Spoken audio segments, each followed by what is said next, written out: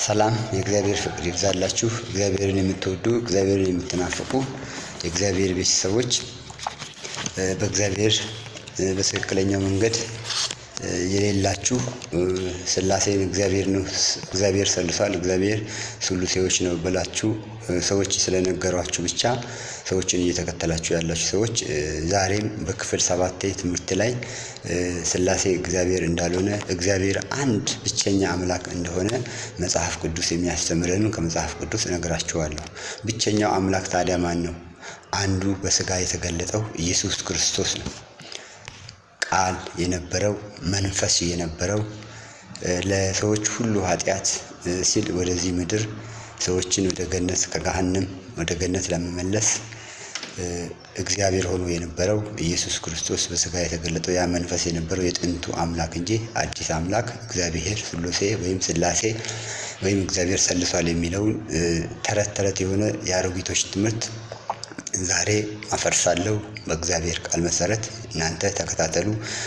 ቃሉን የምናገረው ጥቅስ ማስረጃ ሰጣችኋለሁ። አንድ እግዚአብሔር ብቻ እንደሆነ እግዚአብሔር የሰለሰ እግዚአብሔር ሥሉሴ የሆነ እግዚአብሔር ሥላሴ የሆነ አምላክ እንዳልሆነ አንድ ብቸኛ አምላክ በብዙ መንገድና በብዙ አይነት ጎዳና ለአባቶቻችን ለነቢያቶች የተናገረው አንዱ አምላክ ማን ነው የሚለውን እንመለከታለን። አንዱ አምላክ ማን ነው ብትሉና ብትጠይቁኝ መጽሐፍ ቅዱስ ነው መልሱን የሚሰጠው። ኢየሱስ ክርስቶስ ነው በሥጋ የተገለጠው። አንዱ አምላክ በዛ በሥጋ ውስጥ ተገልጧል። አንዱ አምላክ ስሙም ኢየሱስ ነው፣ እሱም እግዚአብሔር ነው።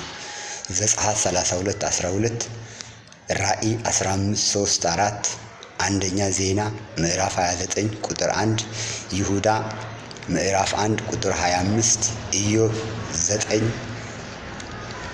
ኢዮብ ምዕራፍ 9 ቁጥር 8 አንደኛ ጢሞቴዎስ ምዕራፍ 1 ቁጥር 17 ኢዮብ 23:13 ሮሜ 3:29-30 መዝሙር 33:15 ሮሜ 16:27 ገላትያ 3:20 መዝሙር 72:18 ዘዳግም 32:39 ዮሐንስ 17:3 ዘዳግም 32:12 ቅድም ብየዋለሁ።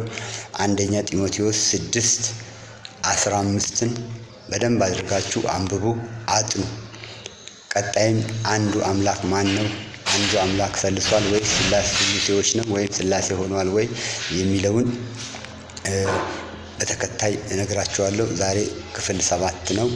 ይህንን ክፍል 7 ጥቅሶች እያንዳንዳቸውን አንድ በአንዳቸውን አንብቡ። እግዚአብሔር አልሰለሰም፣ እግዚአብሔር ሥሉሴ አልሆነም፣ እግዚአብሔር ሥላሴ አይደለም። እግዚአብሔር አንዱ እግዚአብሔር በሥጋ የተገለጠው እርሱን አይደለም የሚል ሰው ከእግዚአብሔር ጋር ነው የሚጣላው። የእግዚአብሔር መንግሥት የሚባልም የለም።